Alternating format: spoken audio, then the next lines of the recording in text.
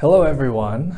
I hope you're having a great day so far. I just want to welcome you to chapel and welcome you to a good time of worship and praise that I hope you'll have as we have chapel today. So why don't we begin with a word of prayer. Dear Lord, we thank you so much that we can gather here together and that we can hear the wonderful word that you have for us. So we just simply ask that you will open our minds and our hearts so that you can hear, or we can hear, the words that you have for us, and that we can really just spend time with you and we can just understand a little bit more of your heart for us, for this world, and for just our school leaving too. So we just pray once again that you'll open our hearts and our minds that we may be able to see you today. We thank you so much. We love you, and in Jesus' name, amen.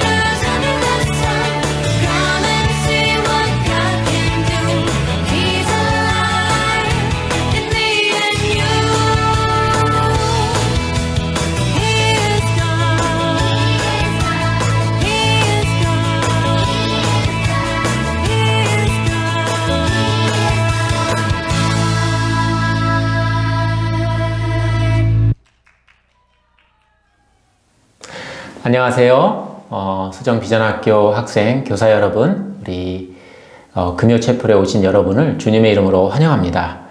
오늘은 제가 솔로몬의 수수께끼, 금보다 귀한 것은 무엇일까? 이런 주제로 같이 말씀을 나눌까 합니다.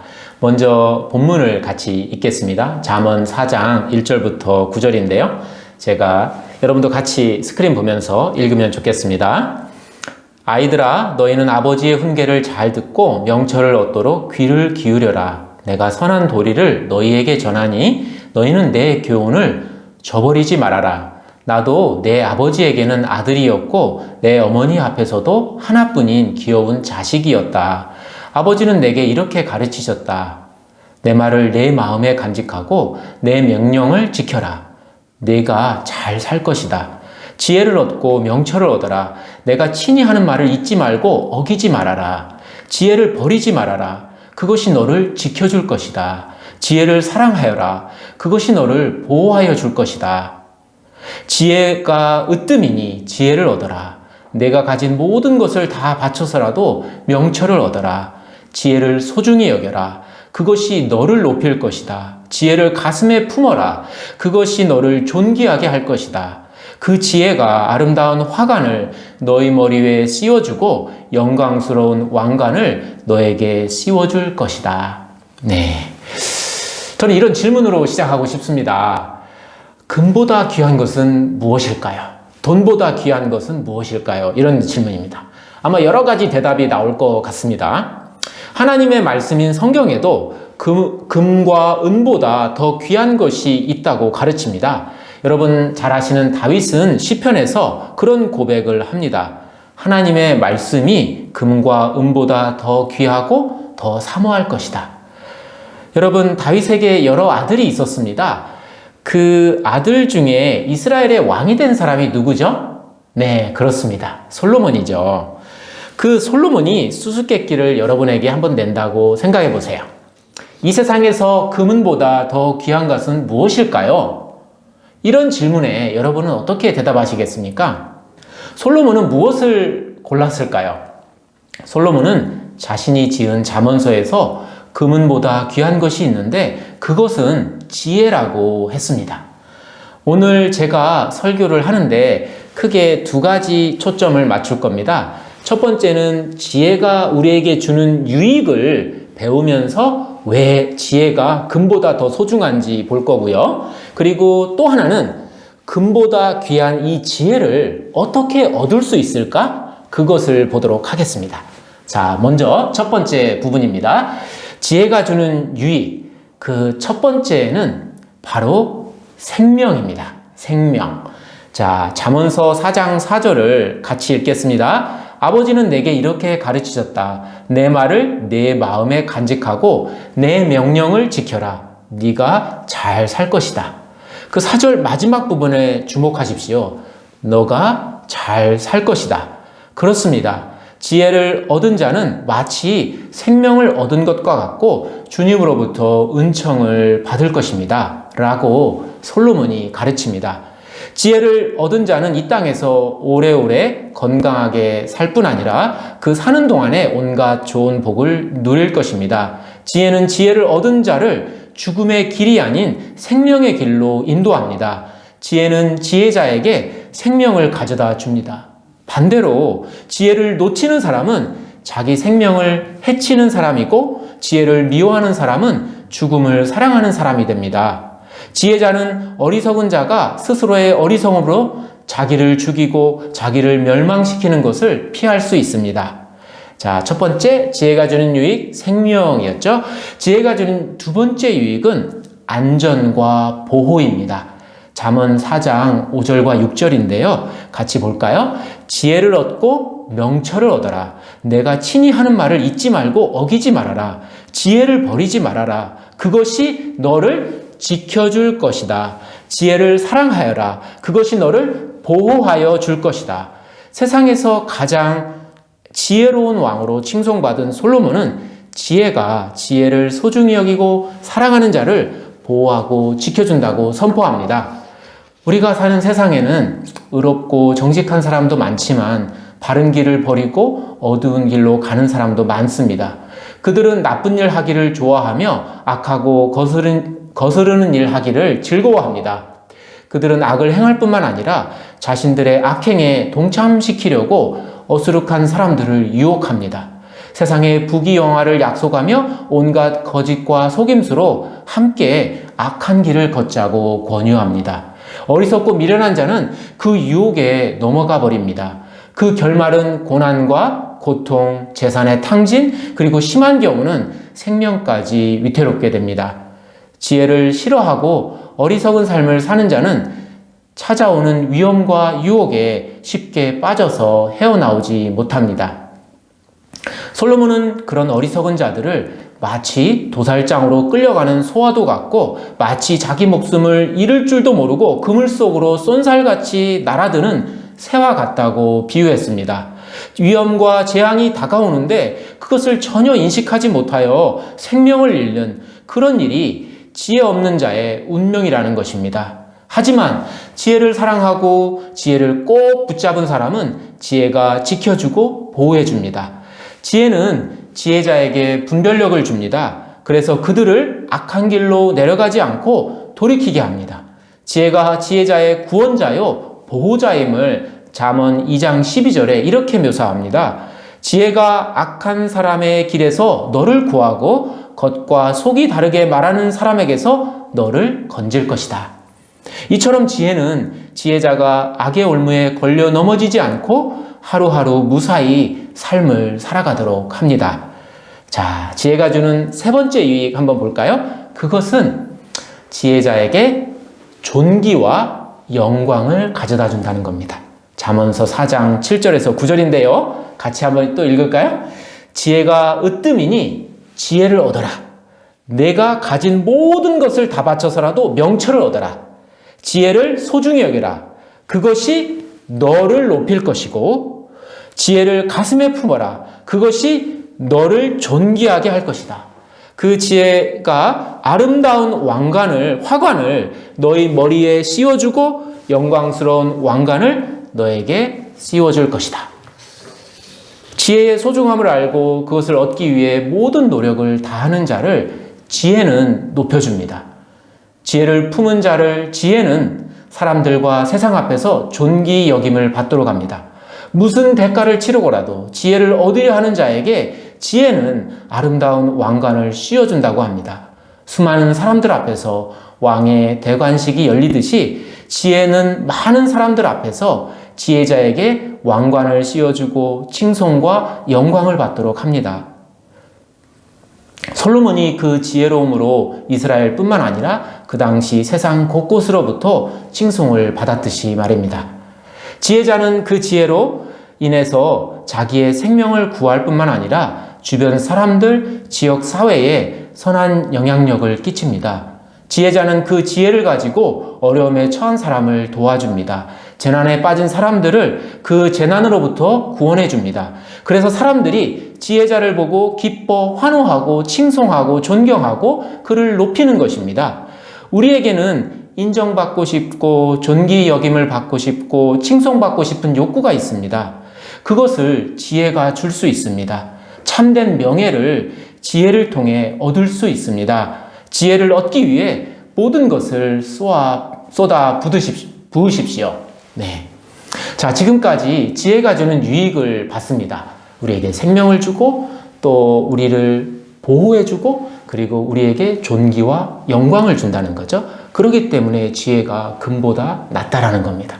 자, 그러면 우리가 어떻게 좋은 지혜를 얻을 수 있을까? 그 방법 세 가지 보겠습니다. 자, 첫째로 우리는 나는 지혜롭지 않다고 솔직하게 인정하는 것이 중요합니다. 스스로 지혜 있다고 여기는 사람은 절대로 지혜롭게 될 수가 없습니다. 내가 미숙하고 어리석다고 인정하지 못하면 지혜의 필요성을 전혀 느끼지 못합니다.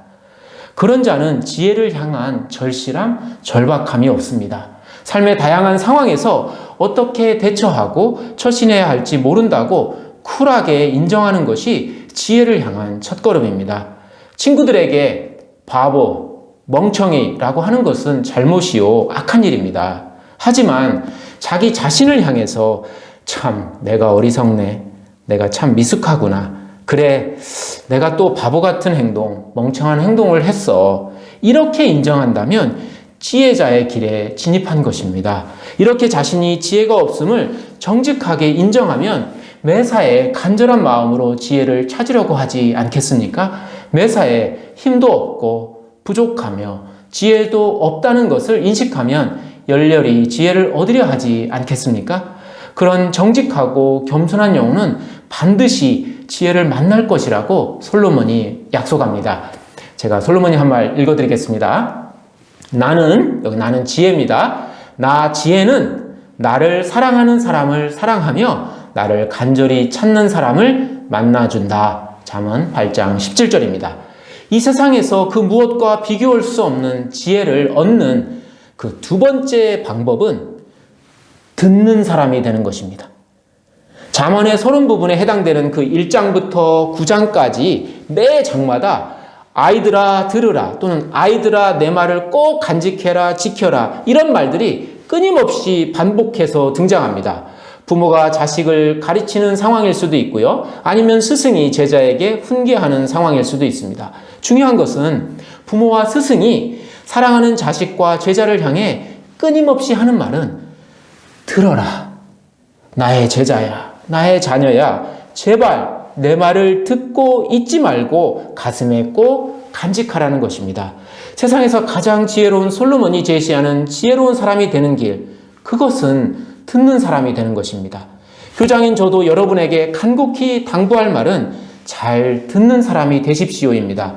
나중에 기회가 오면 솔로몬처럼 저는 또 말할 것입니다. 수정 비전학교 학생, 교사 여러분, 제발 잘 듣는 사람이 되어 주십시오. 솔로몬이 부모와 스승의 입을 빌려 간절하게, 그것도 반복적으로 들으라라고 외치는 이유는 무엇일까요?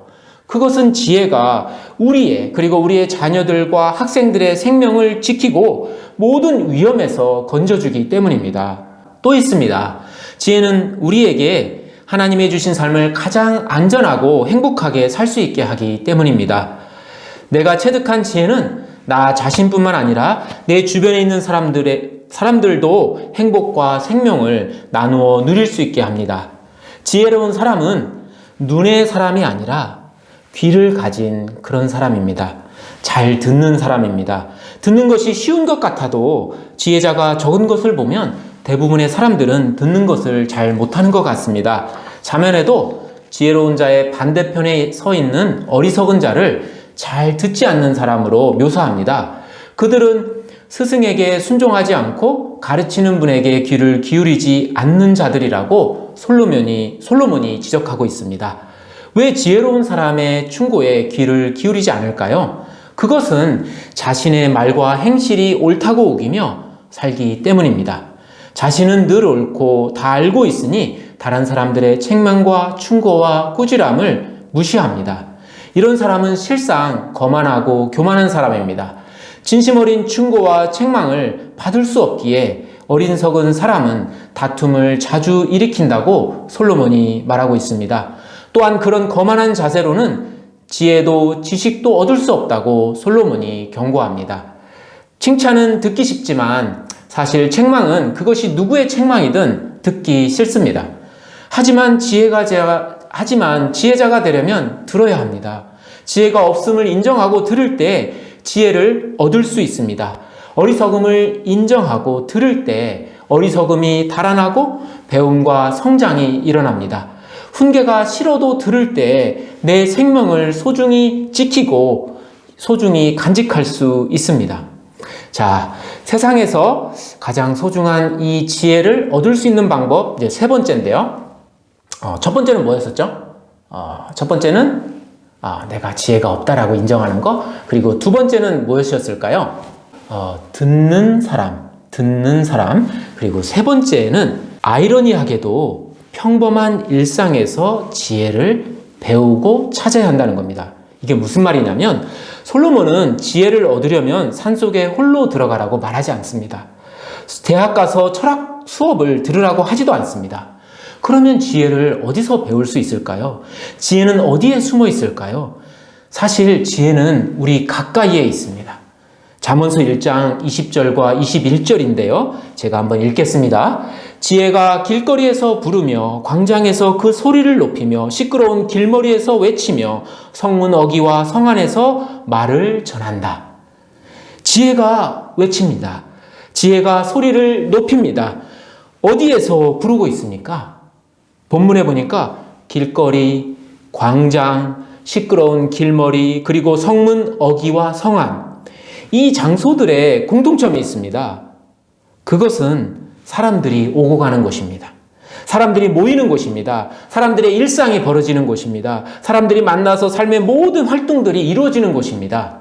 이런 곳에서 지혜가 매일 외치고 있다는 것입니다.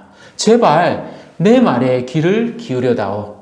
지혜는 사람들이 모인 곳에서 지금도 외치고 있습니다. 그것이 학교든 직장이든 시장이든 교회든 사람들이 만나서 이런저런 활동이 이루어지는 그 모든 곳에서 지금도 지혜가 외치고 있습니다.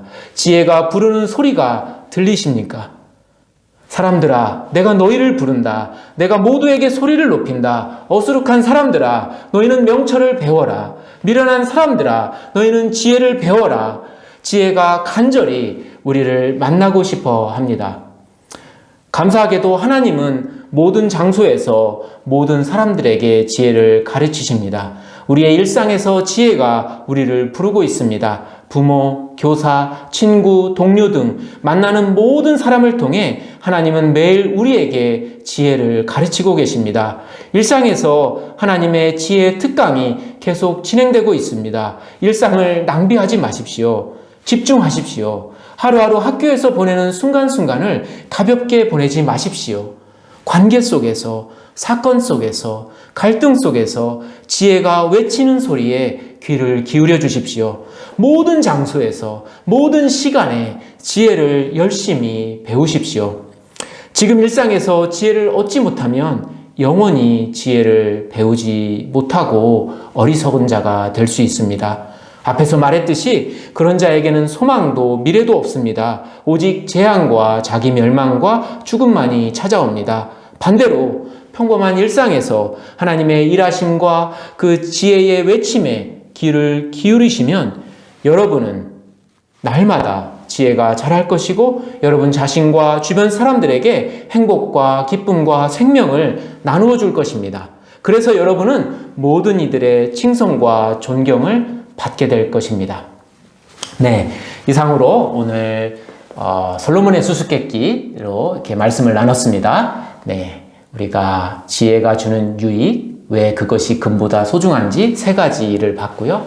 그리고 지혜를 얻는 방법 또 3가지 오늘 이렇게 배웠습니다. 이것을 꼭 간직하시고 지혜로운 사람이 되십시오. 제가 잠시 기도하고 오늘 챕을 마치도록 하겠습니다.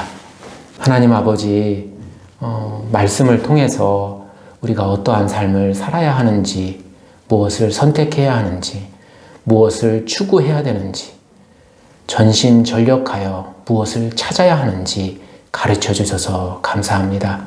하나님, 우리에게 지혜가 필요합니다. 우리의 어리석음을 보게 하여 주시옵소서. 보잘것없는 인생임을 깨닫게 하여 주시옵소서. 지혜가 주는 그 유익을 생각하고 그 지혜를 향해 달려가게 하여 주시옵소서. 또 날마다 하나님께서 지혜의 근원이 되셔서 우리 사람들에게, 어리석은 자들에게 지혜를 가르치고 계심에 감사합니다. 하나님, 저희가 우리의 영혼이 깨어나서 귀를 기울이고 하나님이 매일 삶 속에서 가르쳐주고 있는 그 지혜를 저희가 놓치지 않고 다 받아 먹을 수 있도록 수정 비전학교의 모든 구성원들을 축복하여 주시옵소서. 감사하며 예수님의 이름으로 기도합니다. 아멘. 네, 이것으로 오늘 제프를 마치도록 하겠습니다. 이제 담임 선생님.